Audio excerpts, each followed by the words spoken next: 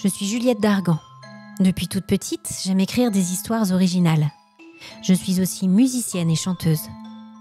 J'ai imaginé 25 histoires de fantômes, de créatures ou rencontres paranormales. Elles sont basées sur des légendes urbaines ou des faits réels, souvent dans des lieux emblématiques ou très chargés spirituellement. Je vais vous emmener tout autour du monde, en immersion dans d'autres réalités, en mots et en musique. Alors installez-vous confortablement et suivez-moi pour découvrir mes rencontres surnaturelles.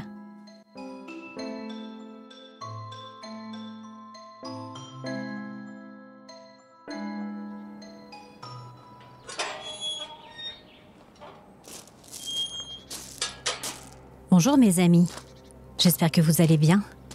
J'ai le grand plaisir de vous retrouver aujourd'hui pour vous faire visiter en ma compagnie le manoir dans lequel j'habite et dont je vous parle régulièrement. Notre famille a toujours eu besoin d'un port, un point d'ancrage. Une maison dans laquelle poser nos innombrables souvenirs et en créer de nouveaux. Quand nous avons perdu la maison d'enfance, dont je vous ai parlé dans l'épisode 2, Genèse, nous nous sommes retrouvés perdus, comme orphelins et à la dérive. Ma mère, avec son énergie coutumière, a fait fi de son cœur profondément meurtri et s'est lancée tout entière à la recherche d'un nouveau port. Cette quête, presque mystique, nous a alors conduits sur toutes les routes de France, tous les week-ends, pendant presque 5 ans. Toute la famille, ma mère et mon beau-père, les 5 enfants et le chien, entassés dans le minibus Toyota blanc, fière possession de la famille. Nous sommes partis à la découverte de toute maison de maître, manoir, château, domaine à vendre un tant soit peu mystérieux, et de leurs agents immobiliers plus ou moins souriants. Et voici la cuisine. Nous avons vu des demeures en triste état, froides et inhospitalières. D'autres désespérées d'être choisies et à nouveau habitées. La démarche m'a d'ailleurs toujours fait penser à la description d'enfants à l'orphelinat, attendant d'être choisis ou déjà désabusés par la vie, mais je m'égare. Nous avons été sur le point de sauter le pas à plusieurs reprises et de poser nos valises figuratives plusieurs fois. Mais il y avait toujours un petit quelque chose, un petit grain de sable, qui finalement nous renvoyait sur la route, nous relançait dans notre quête qu'à l'époque je voyais comme perpétuelle. Et puis enfin, il me semble que c'était au début de l'automne 98. Nous l'avons trouvé. Un vieux manoir à vendre dans les Côtes d'Armor. Une grande bâtisse, fière, solide et aux allures de grand-mère vénérable. Un grand terrain avec un petit bois privé, des prés, qui servaient encore de pâture aux vaches du propriétaire à l'époque, un four à pain antique et 3 grandes longères perpendiculaires à la maison. Oh, elle n'avait rien de charmant. Elle semblait même plutôt rustre, en mauvais état et assez vieillotte au niveau de la décoration intérieure. Mais elle dégageait quelque chose qui nous attirait, qui nous faisait regarder cette demeure ancienne et nous y projeter, même mal installée et inconfortable. Elle était touchante et exudait une telle impression de solitude et de désespoir que nous n'avons pas manqué de prendre une telle détresse en plein cœur. Et nous avons acheté le manoir. À l'occasion d'un dîner de bienvenue, l'ancien propriétaire nous a aimablement renseignés sur le passé de la maison. Oh, la maison a longtemps appartenu à une même famille de petite noblesse qui l'ont gardée pendant plus de 700 ans. Elle a connu bien des évolutions au fil des époques et des transformations profondes au XVe, XVIe et XIXe siècle. J'avais, je me souviens, passé un temps fou à contempler le vieux blason de pierre sculpté au-dessus de la porte antique du manoir, l'envie furieuse de suivre les 4 roses taillées dans le granit du bout de mes doigts. Pouvez-vous nous en dire un peu plus sur le passé de cette maison ? Eh bien, au XIXe siècle, la maison est passée par mariage à un homme assez fortuné qui a investi beaucoup d'argent dans la rénovation et l'expansion du domaine. Avant cela, le manoir n'avait toujours été qu'un lieu de passage, une propriété secondaire. Par contre, il y a eu un nombre impressionnant de naissances. Pas toujours heureuses entre ces murs, si on en croit évidemment les actes de naissance que j'ai pu consulter. Mes parents s'étaient regardés du coin de l'œil et ma mère avait pâli légèrement en entendant cette remarque. Des naissances malheureuses? Et il y a eu beaucoup de décès dans la maison? Oh non, pas plus que dans d'autres vieilles maisons existant depuis presque 1 millier d'années, mais il y en a eu. Quelques-unes, oui. Et est-ce qu'il y a des fantômes? J'avais senti à son ton qu'elle ne riait qu'à demi, cherchant à sonder le propriétaire pour voir ce qu'il pourrait dévoiler. Oh bon, c'est une vieille maison. Vous savez, les histoires qu'on se raconte, ce sont surtout des légendes. Après un moment de silence et un nouveau petit verre de vin, il avait fini par avouer « J'ai peut-être vu une silhouette dans l'escalier quand j'étais petit, mais rien n'est sûr. Je ne sais pas vraiment ce que j'ai vu. » Alors vous me connaissez maintenant. Vous savez quelle est ma sensibilité, ma capacité à ressentir les présences et les atmosphères particulières. Je peux vous confirmer que tout ce passé a laissé des traces dans l'âme de la maison. En particulier ces naissances malheureuses évoquées précédemment. Pour y avoir vécu toute une grossesse, l'ambiance de la demeure a complètement changé pendant toute cette période où je portais mon fils. C'était comme si la maison s'était mise elle aussi à retenir son souffle tout au long de ces mois d'attente. Je me sentais accueillie dans une certaine aura de protection, de confinement aussi. Mais sans réellement réussir à mettre des mots précis sur cette sensation très particulière. Mais nous y reviendrons.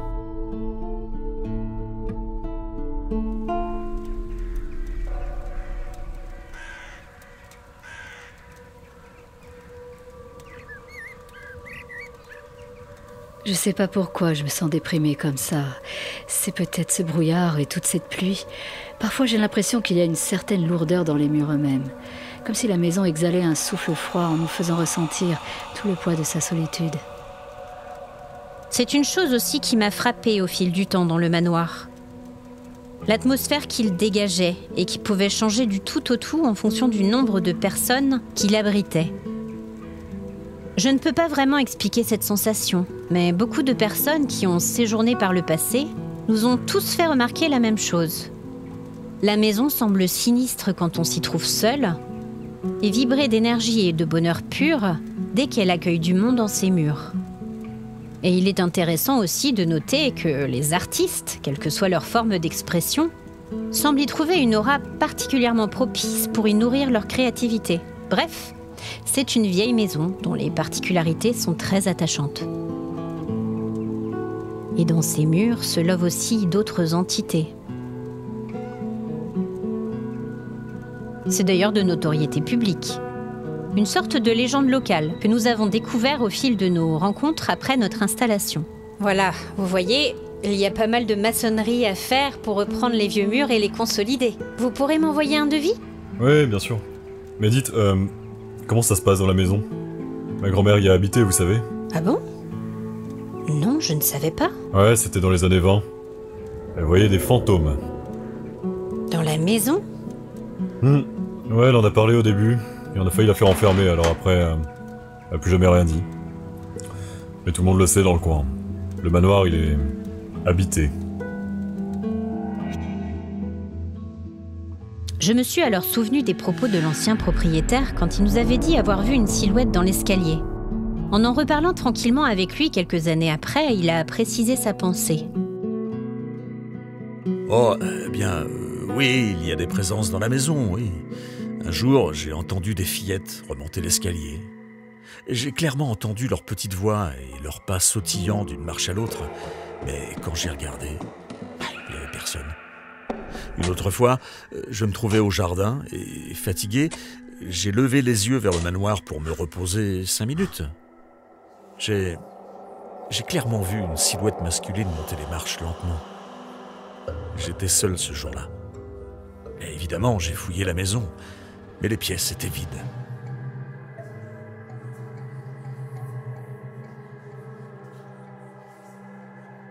Quand nous sommes arrivés au manoir, la maison était en très mauvais état.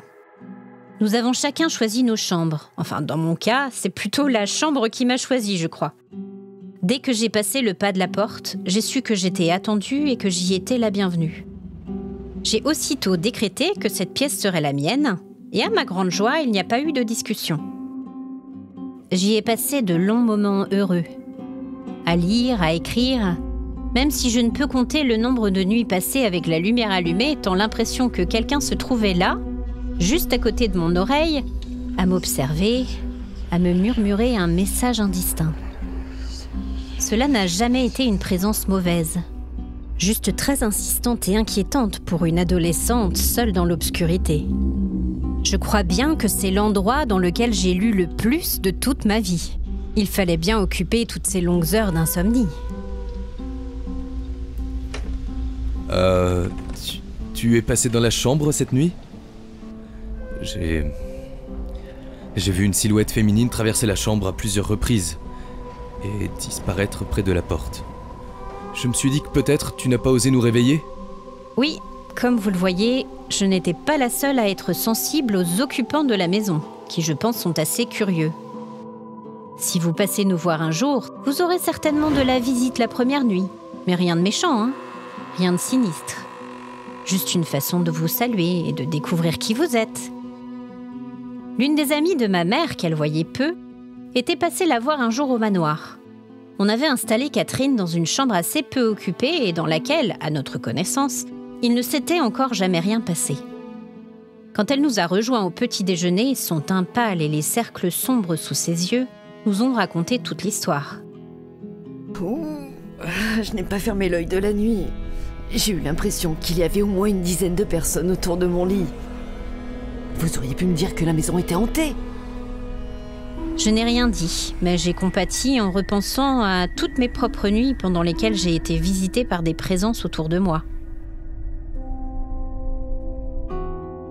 Nous avons continué à venir au manoir de façon assez sporadique, pour les week-ends et les vacances, dès que nous le pouvions en fait. La maison n'avait pas de chauffage et les fenêtres étaient en très mauvais état, ce qui limitait les possibilités de venir en hiver. Je faisais déjà beaucoup de musique à l'époque.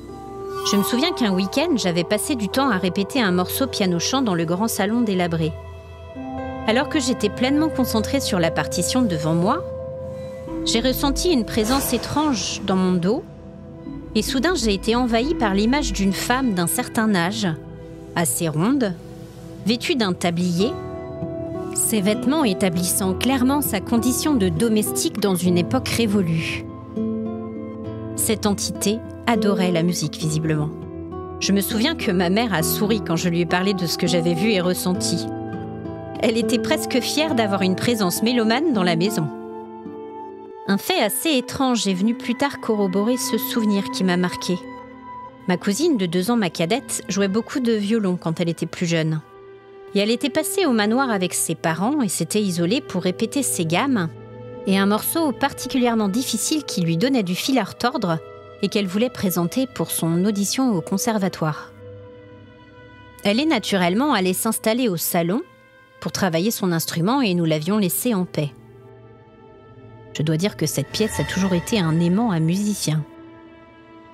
Après sa séance, sans que je lui ai fait part de ma propre expérience, car j'étais assez discrète sur ce type de choses, elle m'a avoué « C'est bizarre, j'ai eu l'impression que je n'étais pas toute seule dans le salon tout à l'heure.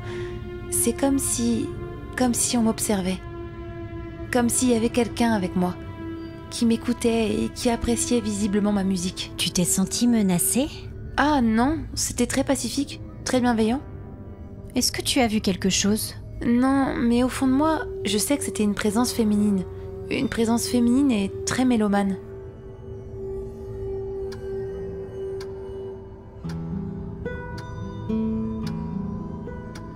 Les années ont passé. Mes parents rénovant à leur rythme et par leurs propres moyens limités.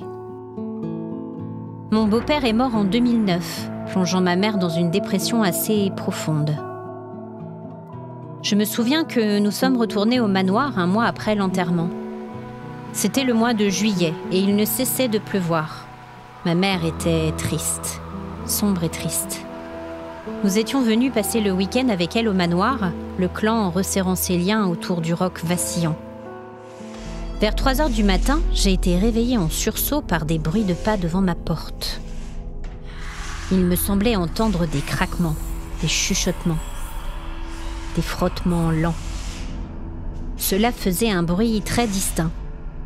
Comme si quelqu'un, portant des chaussons, était dans le couloir devant ma chambre et traînait inlassablement les pieds, allant et venant, encore et encore. Oui, je sais, l'image a l'air ridicule, mais je peux vous assurer qu'à 3 heures du matin, dans l'obscurité, avec tout le passé lourd de la maison et de ma famille, je ne vivais absolument pas la chose comme une plaisanterie. Cela a duré une 15aine de minutes, peut-être plus. Je crois que j'ai fini par me rendormir malgré ma peur, la lumière allumée apportant un halo rassurant au cœur des ténèbres.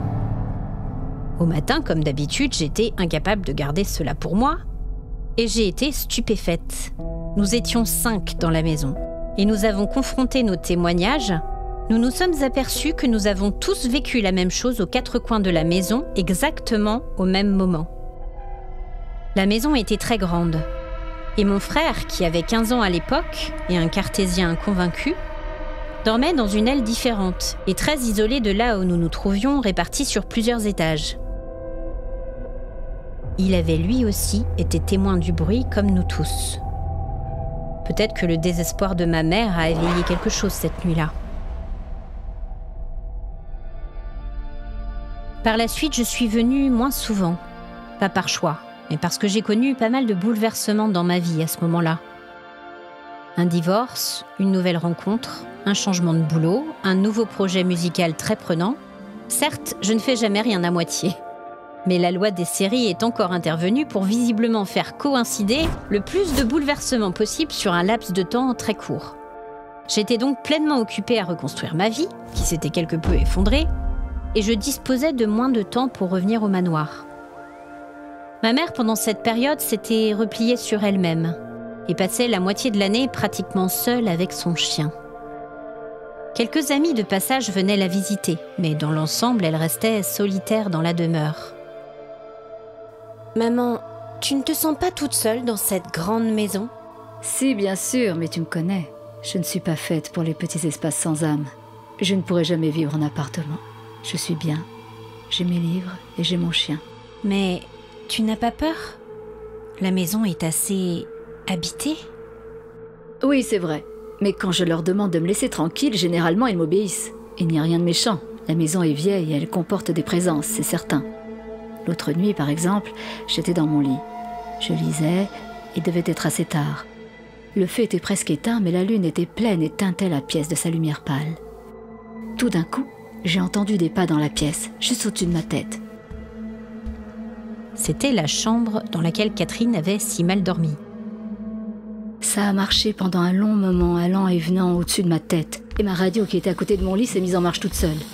J'ai crié que je ne voulais plus les entendre, que je voulais dormir et qu'ils me faisaient peur et ça s'est arrêté. Mais tu ne peux pas rester toute seule là-dedans. Tu as vérifié que ce n'était pas un rôdeur ou quelqu'un qui serait rentré dans la maison ? Je te dis, ça s'est arrêté. Je me suis endormie et au matin, il n'y avait personne. Ma mère avait parfois une approche du réel un peu particulière. Disons que le fantastique, ses croyances, son éducation religieuse et le monde matériel dans lequel elle vivait ressortaient parfois en un cocktail détonnant. Par exemple, je me souviens qu'elle nous avait flanqué une trouille bleue en installant une statue polychrome de sainte qu'elle avait achetée sur une brocante et qui normalement trônait sur un piédestal dans l'escalier. Elle avait tourné la statue face au mur pour punir Dieu de lui avoir pris son mari. La perspective de monter l'escalier le soir dans la lumière tremblante de l'ampoule nue et de passer devant cette silhouette pâle qui semblait à tout moment pouvoir se retourner pour nous contempler a marqué plus d'un esprit parmi nos amis et notre famille, et beaucoup nous en reparlent encore. Ma mère est morte à l'été 2016. Elle est morte d'un coup, à 65 ans, toute seule, la nuit dans cette maison qu'elle avait tant aimée. Avec mon mari, nous avons repris le flambeau. Nous avons tout quitté pour nous y installer et garder la maison dans la famille, malgré son état incertain. Nous avons recréé notre vie en Bretagne, nous lançant dans un chantier immense pour rénover le manoir qui en avait bien besoin. Je ne compte plus les aléas étranges qui ont eu lieu sur le chantier.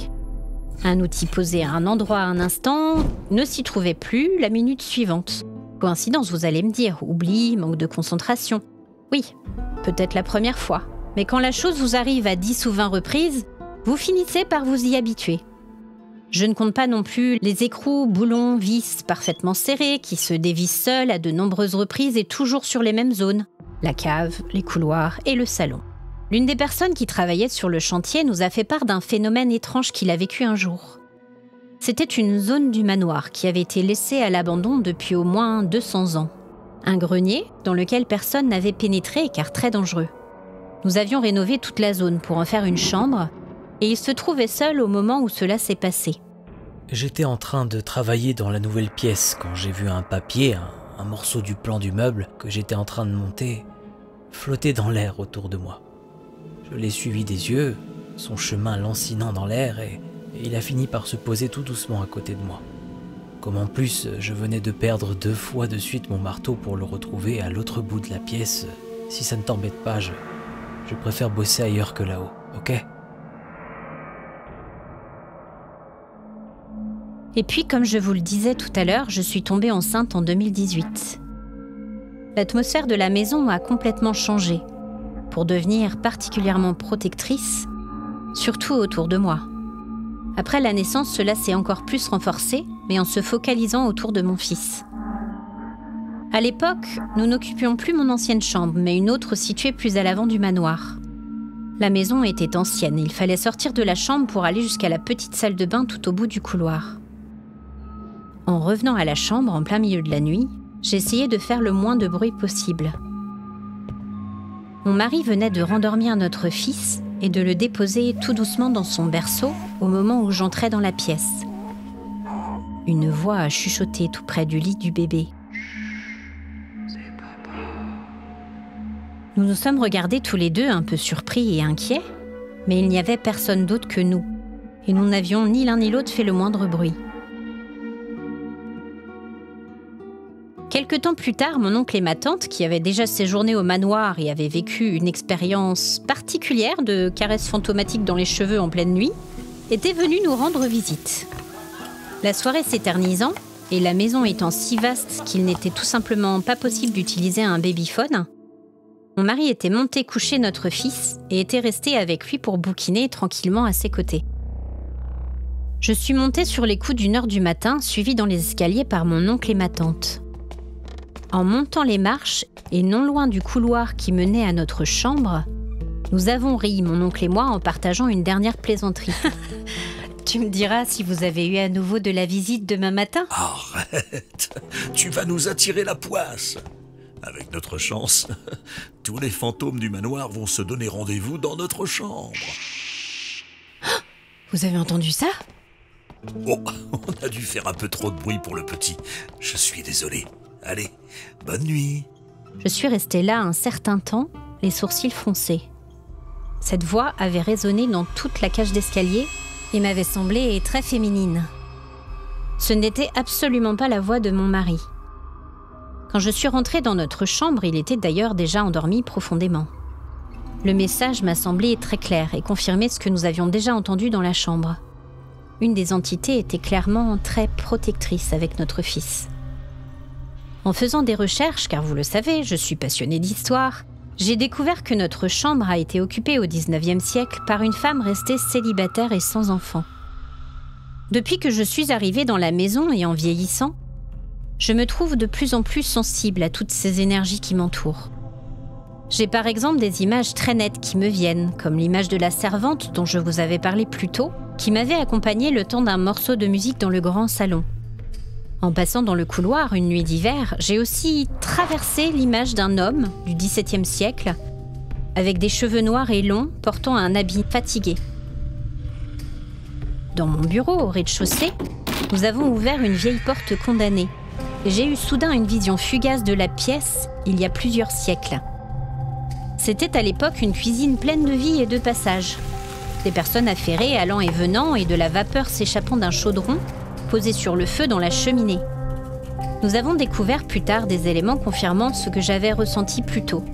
La pièce avait bien servi de cuisine il y a très longtemps. En plein questionnement de tous ces ressentis et expériences étranges que je vivais au manoir, j'ai demandé à une amie médium spécialisée dans le ressenti de l'âme et du passé des vieilles demeures ce qu'elle pouvait nous dire de la maison. Elle nous a parlé d'elle-même très naturellement de nombreux décès et présences d'enfants qui, encore présents dans ces murs, avaient tendance à faire des farces, ce qui nous a éclairé sur les outils disparus sur les travaux.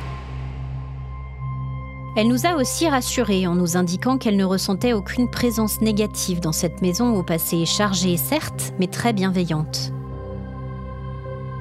Nous avons en quelque sorte le rôle de gardien protecteur de cette vieille bâtisse, le temps de notre vie, et nous avons accepté cette place avec respect et humilité.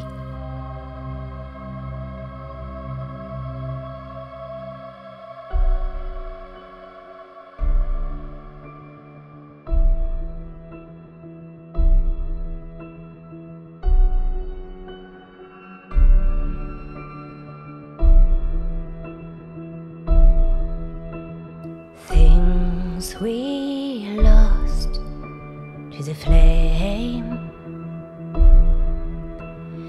things we'll never see again, all that we have amassed,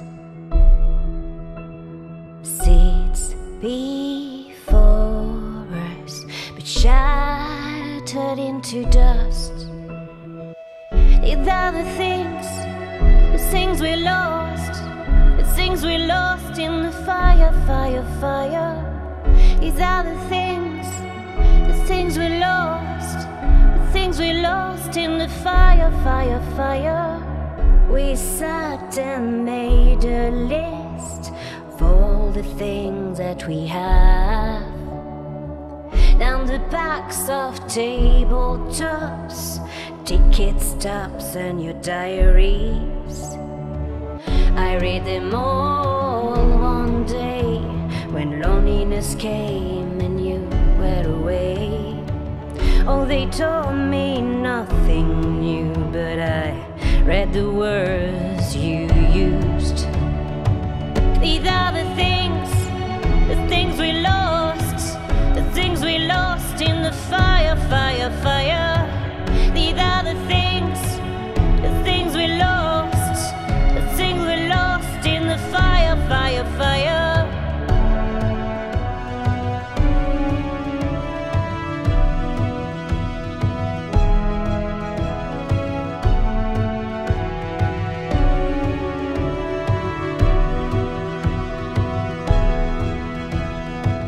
I was much and you were the rock.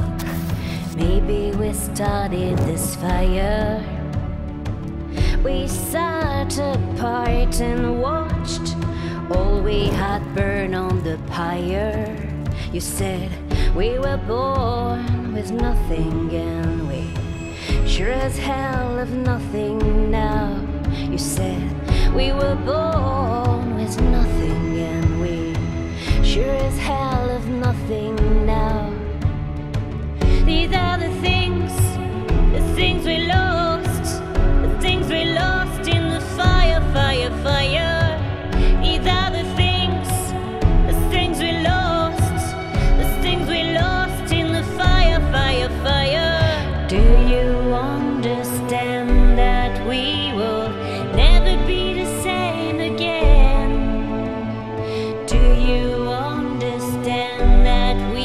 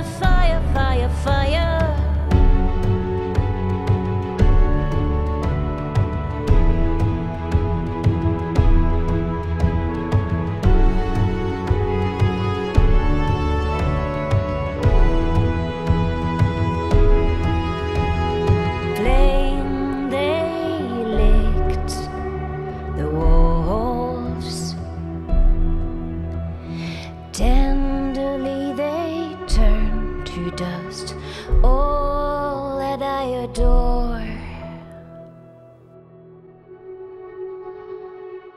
Merci d'avoir écouté ce nouvel épisode de Rencontres surnaturelles. La prochaine fois, nous partons en Angleterre pour enquêter sur les traces du monstre de Critch Hill. Une inquiétante créature qui vous attendra au fin fond de la forêt.